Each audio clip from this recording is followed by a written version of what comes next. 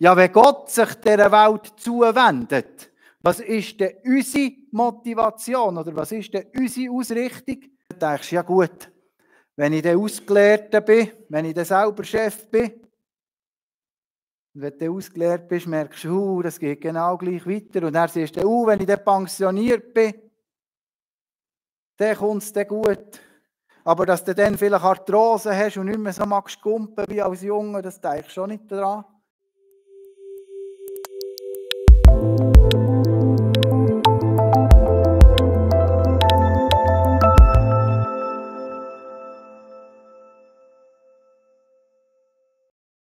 Ich weiß nicht, wie es euch gegangen ist, wenn ihr die Wandtafel angeschaut habt.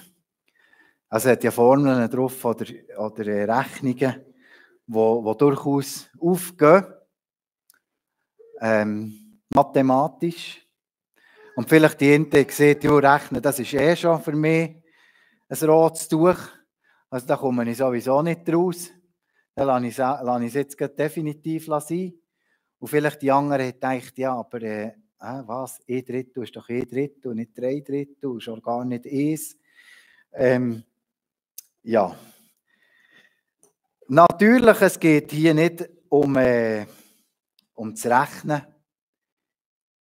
In dem Sinn, wir haben miteinander überlegt, was wir für ein Thema nehmen für den heutigen Morgen. Und das ist ziemlich gleich der von der Tini gekommen. Ja, Heiliger Geist, das wäre doch ein Thema. Und ich glaube auch, Silas, das ist, wenn du so die Zeit zurückdenkst, an die 2 Jahre, ist das Wochenende, wo es um den Heiligen Geist gegangen ist, für dich auch ganz ein besonderes Wochenende gewesen, gell? Das hast du mir einmal so gesehen. Also das Thema hat dich irgendwie auch ganz besonders angesprochen. Und ich habe dann so ein weißes Blatt auf den Tisch gelegt und gesagt, ja, was kommt nach denn zu diesem Thema in Sinn? Heiliger Geist. Was will wir denn? Das ist so ein weites Thema. Was ist nach da wichtig geworden? Und da ist einmal das Wort Stellvertreter gekommen. Das habt ihr heute Morgen schon gehört. Es ist ganz wichtig, dass es eben ist Stellvertreter und nicht, es kommt ein anderer Lehrer. Und irgendwas hat du da ein bisschen etwas kritzeln. Ich gesagt, ja, was tust du jetzt da? Und hat gesagt, ja, irgendwie ist doch der Heilige Geist ein Teil von dieser Dreieinigkeit. Und gleich ist es eine Person und gleich haben wir nur einen Gott. Und wie gehört das zusammen? Und dann haben wir gesagt, ja, vielleicht könnte ja das so ein Aufheicher sein. Also mit diesen Zahlen.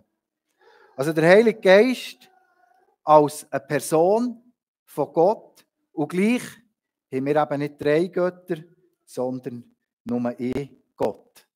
Das war das, was wir ein bisschen probiert haben, in diesem biblischen Unterricht den Jungen weiterzugeben. Und ich glaube, das war so ein bisschen der Morgen oder der Abend, wo sie auch so ein bisschen gesagt haben, ja, wie geht denn das und wie gehört denn das zusammen und wie funktioniert denn das?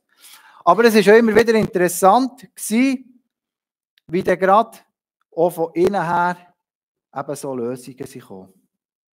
Wie das könnte zusammengehen oder wie das könnte verstanden werden. Und ich werde euch den Text lesen, wo wir wie ein bisschen über die Predigt und über den Morgen gestellt haben. Es ist der Text im Johannes 14, ab Vers 16. Johannesevangelium, Kapitel 14, ab Vers 16. Und ich lese da aus der neuen Genfer Übersetzung. Und der Vater wird euch an meiner Stelle einen anderen Helfer geben, der für immer bei euch sein wird. Ich werde ihn darum bitten. Er wird euch den Geist der Wahrheit geben, den die Welt nicht bekommen hat, weil sie ihn nicht sieht und nicht kennt. Aber ihr kennt ihn, denn er bleibt bei euch und wird in euch sein. Und ich werde euch nicht als hilflose Waisen zurücklassen. Ich komme zu euch. Noch eine kurze Zeit, dann sieht die Welt mich nicht mehr. Ihr aber werdet mich sehen, und weil ich lebe, werdet auch ihr leben. An jenem Tag werdet ihr erkennen, dass ich in meinem Vater bin und dass ihr in mir seid und ich in euch bin. Ja, wir haben ja jetzt die Viertigen, die vor uns stehen, am Donnerstag Auffahrt. Und nachher geht es dann weiter mit Pfingsten. Und ja, man könnte so eine Strassenumfrage machen und fragen die Leute, um was geht es denn? Eine Auffahrt an Pfingsten. Vielleicht weiss man es noch gerade so von Weihnachten. Das hat etwas mit einem kleinen Baby zu tun, das auf die Welt ist gekommen. Vielleicht weiss man es noch von Karfreitag, Ostern. Ja, das ist irgendetwas mit einem Kreuz. Aber fragt einmal die Leute, warum das sie eine Auffahrt durch die Pfingsten frei haben. Ich glaube, da können euch die meisten Leute nicht eine grosse Antwort geben. Und es geht eben genau um das, was Jesus hier sieht. Wir dürfen ja Pfingsten, den Moment feiern, wo eben der Heilige Geist ist auf die Erde gekommen, wo der Heilige Geist auf jedes von uns, der im Glauben steht, kommt. Und es ist der Heilige Geist, der uns so hilft, dass wir auch miteinander unterwegs sind. Man könnte ja sagen, Pfingsten ist auch der Geburtstag von der Gemeinde, von der Kirche. Es ist eigentlich die Umkehr von Babylon, dort, wo sie den Turm bauen wollten, Turmbau von Babel, wo dann Gott gesagt hat, es ist nicht gut, wenn sie einander verstehen.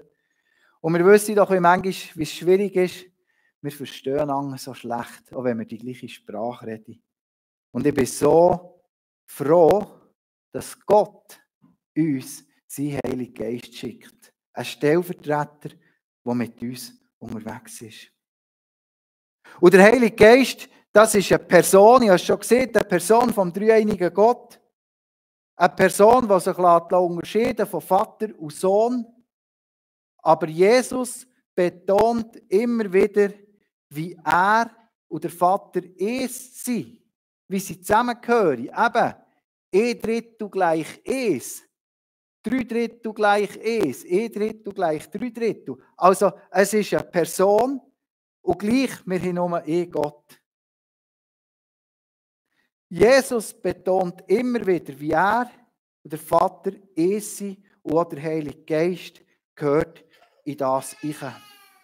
Im Willen, in den Ziel, in der Schöpfungskraft, in der Leidenschaft für die Schöpfung und Geschöpf sind sie völlig identisch. Und etwas ist, was dort drinnen am Spielen ist, und eben, das ist die Liebe. Die Liebe lässt sie als Gott, als es auftreten. Und das ist vielleicht etwas, wo wir, wenn wir eben zurückdenken an Karfreitag, uns wieder mal überlegen müssen. Was wäre passiert, wenn Jesus hätte gesagt, oh nein, an das Kreuz gehe ich nicht. Nein, die Dornenkrone, die will ich nicht tragen. Ich lasse mich doch nicht auspeitschen für etwas, wo ich nichts dafür kann. Dann hätte der Find gesiegt, weil dann wäre die Dreieinigkeit kaputt gegangen. Aber Jesus sagt, ich tue nicht meinen Willen, sondern ich will den Willen von meinem Vater tun. Sie sind völlig eins. Sie zielen völlig in die gleiche Richtung. Und man könnte sagen, das, was sie ausmacht, das ist die Liebe. Es ist die Liebe. Und das ist eben nicht eine Liebe, wie wir sie kennen, irgendwelche, ja, wenn zwei Menschen zusammen Liebe machen zum Beispiel, das wird als Liebe bezeichnet, oder oh, ich liebe das, sondern es geht eben um eine wahre, um eine tiefe Liebe vor Einheit. Und die Liebe, die kommt für mich in diesem Text auch so zum Ausdruck. Er sagt, ich will euch nicht als Waisenkind zurücklassen.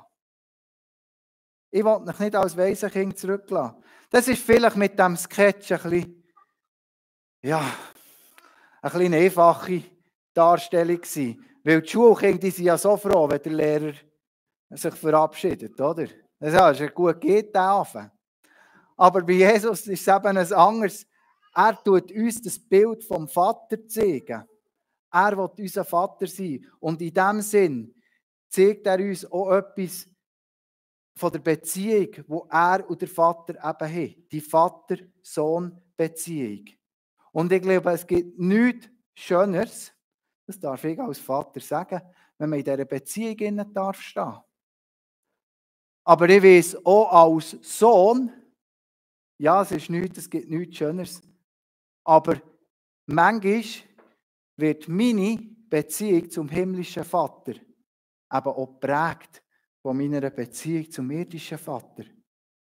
Und der irdische Vater, so gut, dass er es machen wollte, der hat halt nicht alles auf die Reihe bekommen. Und ich tue auch meinem Sohn gegenüber oder meinen Töchtern und meinen Söhnen gegenüber. Ich bringe nicht alles so auf die Reihe, wie ich sollte, als Vater. Und ich glaube, dort probiert der Find immer wieder anzuzeichnen und immer wieder zu sagen, ja, schau da die Vaterbeziehung, ja, wahrscheinlich der Vater im Himmel und Silas, das wirst du vielleicht manchmal schon denken, ja, meint sich Gott wirklich gut mit mir? Weil vielleicht, du hast ja so wahrscheinlich sehr einen guten Vater, so wie ich das einschätze. Aber auch der macht nicht alles richtig. Also das kann ich fast 100% sicher sagen, ohne dass ich mit dem tagtäglich immer 1:1 unterwegs bin. Aber lass dich nicht von dem abhalten. Ich glaube, da ist Versöhnung und Vergebung möglich. Und ich glaube, das ist auch ganz wichtig, dass ihr euch gegenseitig immer nicht vergeben könnt. Aber es ist auch wichtig, dass du am Bild nicht bei deinem irdischen Vater bleibst hängen, sondern dass du immer wieder fragst, wie ist denn der Vater im Himmel? Und der sagt, ich habe dich bedingungslos gern. Und ich lasse dich nicht als weises Kind stehen. Das ist nicht einfach, ja, jetzt schau mal selber, jetzt bist du erwachsen, jetzt schaust du selber. Und wenn er irgendetwas macht, dann kann man sagen, das Germendi wieder. Was der jetzt wieder hat gemacht. Nein, das ist nicht so, wie Gott das sieht. Sondern er will mit dir unterwegs sein. Und ich glaube, wie wir uns immer wieder mit dem irdischen Vater dürfen auch versöhnen, dürfen wir das auch mitnehmen. Und das ist etwas, was Paulus ganz wichtig ist geworden. Und er sagt, ich, der Paulus, will als Gesandter von Christus auftreten, denn durch uns lässt Gott seine Einladung ergehen. Wir bitten an Christi statt, lasst euch versöhnen mit Gott. Lasst euch versöhnen mit Gott. Und ich glaube, das ist der Ursprung und die Grundlage, für das wir auch in den Genuss dürfen kommen von diesem Stellvertreter. Es ist nämlich nicht eine Theorie, sondern es ist real. Gott sendet uns den Stellvertreter. Jesus sagt hier in diesem Wort, ich werde den Vater bitten, dass er euch an meiner Stadt jemanden sendet. Und so ist der Heilige Geist Gott in uns. Also wenn wir uns das vorstellen, Jesus war mit einer Gruppe von Leuten unterwegs gewesen. Er ist da durch das heilige Land durchgewandert, hat die und dort predigt, er hat Wunder gemacht, er hat Kranke geheilt, er hat Leute zu essen gegeben, etc. Und er hat aber auch immer wieder gesehen, schau, meine Zeit auf dieser Erde ist begrenzt. Ich werde gehen. Ich werde gehen. Und die Jünger haben das irgendwie gar nicht richtig verstanden und richtig gehört. Und so waren sie ja ganz schockiert gewesen, wo Jesus eben an der Auffahrt in den Himmel hochgegangen ist. Aber das war eben die Voraussetzung, dass eben der Tröster kommen konnte. Und Jesus hat sich nicht einfach aus dem Staub gemacht. Jesus hat nicht einfach gesagt, jetzt habe ich endgültig genug. Jetzt habe ich noch sterben für die. Habe ich noch leiden für die. Und jetzt ist genug. Jetzt will ich gehen. Nein, es war der Anfang, dass eben etwas noch weiteres kommen kann. dass Jesus nicht einfach lokal in dem Israel ist unterwegs war, sondern jetzt darf er auf der ganzen Welt sein. Gott ist nicht einfach ein Gott, der sagt, ach, jetzt ist genug heute unter, jetzt verabschiede ich mich. Gott ist ein Gott, der sich unserer Welt immer wieder zuwendet. Und ich glaube, das ist etwas, was wir uns auch gut überlegen müssen. Ja, wenn Gott sich dieser Welt zuwendet, was ist denn unsere Motivation oder was ist denn unsere Ausrichtung? Einfach 20, 30, 40, 50, 60, 70, 80 Jahre auf dieser Erde leiden. Oder vielleicht hast du eine andere Perspektive, denkst ja gut, wenn ich dann Ausgelehrter bin, wenn ich dann selber Chef bin, wenn du ausgelehrt bist, merkst du, das geht genau gleich weiter. Und dann siehst du, wenn ich dann pensioniert bin, dann kommt es dann gut. Aber dass du dann vielleicht Arthrose hast und nicht mehr so magst kumpen wie als Junge, das denke ich schon nicht daran. Und dann gibt es eben die, die sagen, wenn ich dann nur, ich möchte am liebsten sterben. Es ist alles zusammen für Begreifen das. Und das kennen wir ja alle, so ein Gefühl. Aber ich glaube, es kommt in uns vielleicht so ein bisschen eine Logik auf. Dass wir sagen, nur möglichst die Welt hinter mich bringen und er zu Gott kommen. Gott ist ein Gott, der sich der Welt zuwendet. Er ist nicht einfach gegangen und hat gesagt, Adi miteinander, sondern er hat den Heiligen Geist geschickt. Gott bleibt mit seiner Schöpfung verbunden. Und sein Geist will in uns innen präsent sein. Und der Geist sagt uns nicht einfach nur, wenn dann nochmal alles vorbei ist. Sondern der Geist will in uns tätig werden, dass wir auf dieser Erde Reich Gottes präsentieren können. Der Paulus schreibt im Römerbrief im 8. Kapitel ab Vers 14: Alle, die sich von Gottes Geist leiten lassen, sind seine Söhne und Töchter. Denn der Geist, den ihr empfangen habt, macht euch nicht zu Sklaven, sodass ihr von Neuem in Angst und Furcht leben müsstet. Er hat euch zu Söhnen und Töchtern gemacht. Und durch ihn rufen wir, wenn wir beten, Abba, Vater. Ja, der Geist selbst bezeugt es unserem Innersten, dass wir Gottes Kinder sind.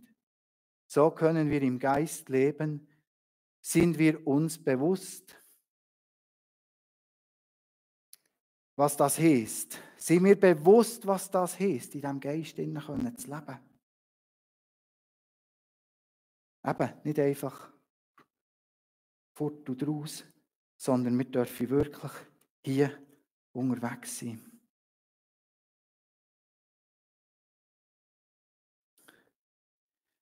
Der Norman Wirzba hat geschrieben, die Ausrichtung und das Ziel unseres geistlichen Lebens soll darin bestehen, nicht nach oben und weg, sondern nach unten und in die Mitte zu schauen. Denn das ist die Ausrichtung, die das Wirken Jesu als das Leben Gottes mit uns weitergibt. Jesus hat gezeigt, dass das Ziel darin besteht, dieser Welt nicht zu entfliehen, sondern sie zu pflegen, zu heilen, zu versöhnen und sich liebend ihren Geschöpfen und ihr zuzuwenden.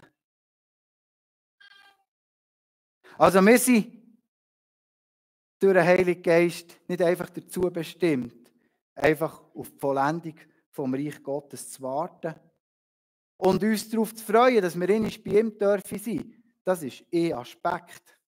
Ich sage nicht, das ist falsch. Aber hier und jetzt sind wir berufen, dass wir Gottes Reich dürfen sichtbar machen. Und ich lese nochmal aus dem Römerbrief, 4. Vers.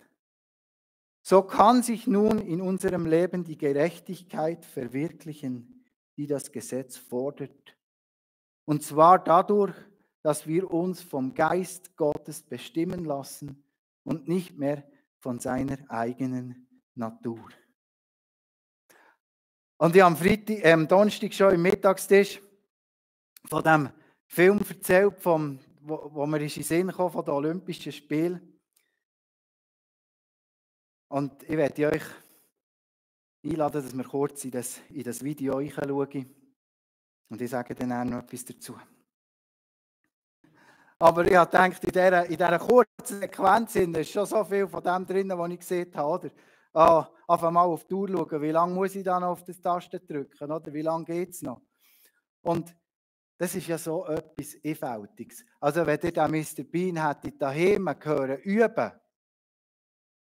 müsst ihr euch mal vorstellen, der ist euer Nachbar und tut das Stück üben. Eine Woche lang, die ganze Zeit nur dann würde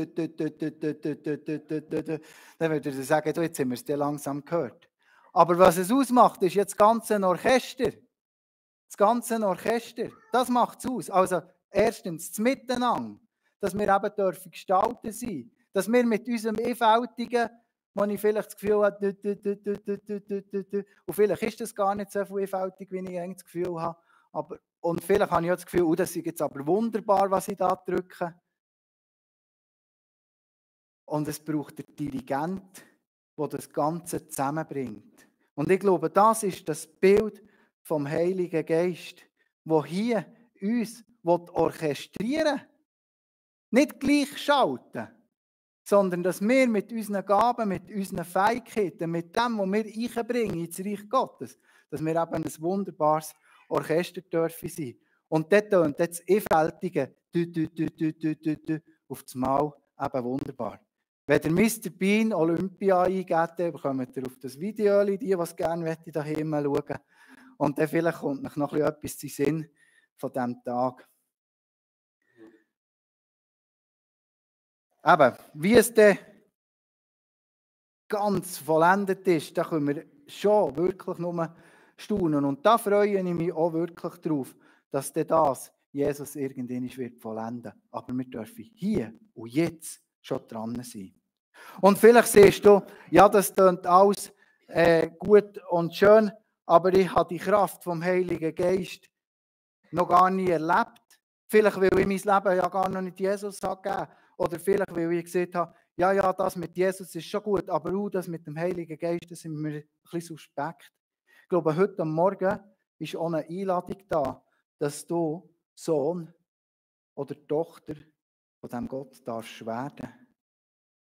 Und eben, vielleicht bist du mit Jesus unterwegs und vielleicht möchtest du mehr auch von dieser Wirklichkeit vom Heiligen Geist erleben in deinem Leben.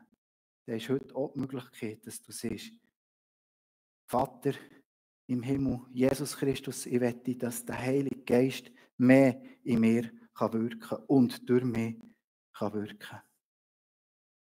Du kannst das machen, wenn du nachher zu jemandem gehst, wir sind auch da, und du siehst, wir wollen zusammen beten, oder du kannst das auch am Platz ganz still für dich machen. Und ich glaube, es ist ganz wichtig. Gott nimmt das sehr ernst.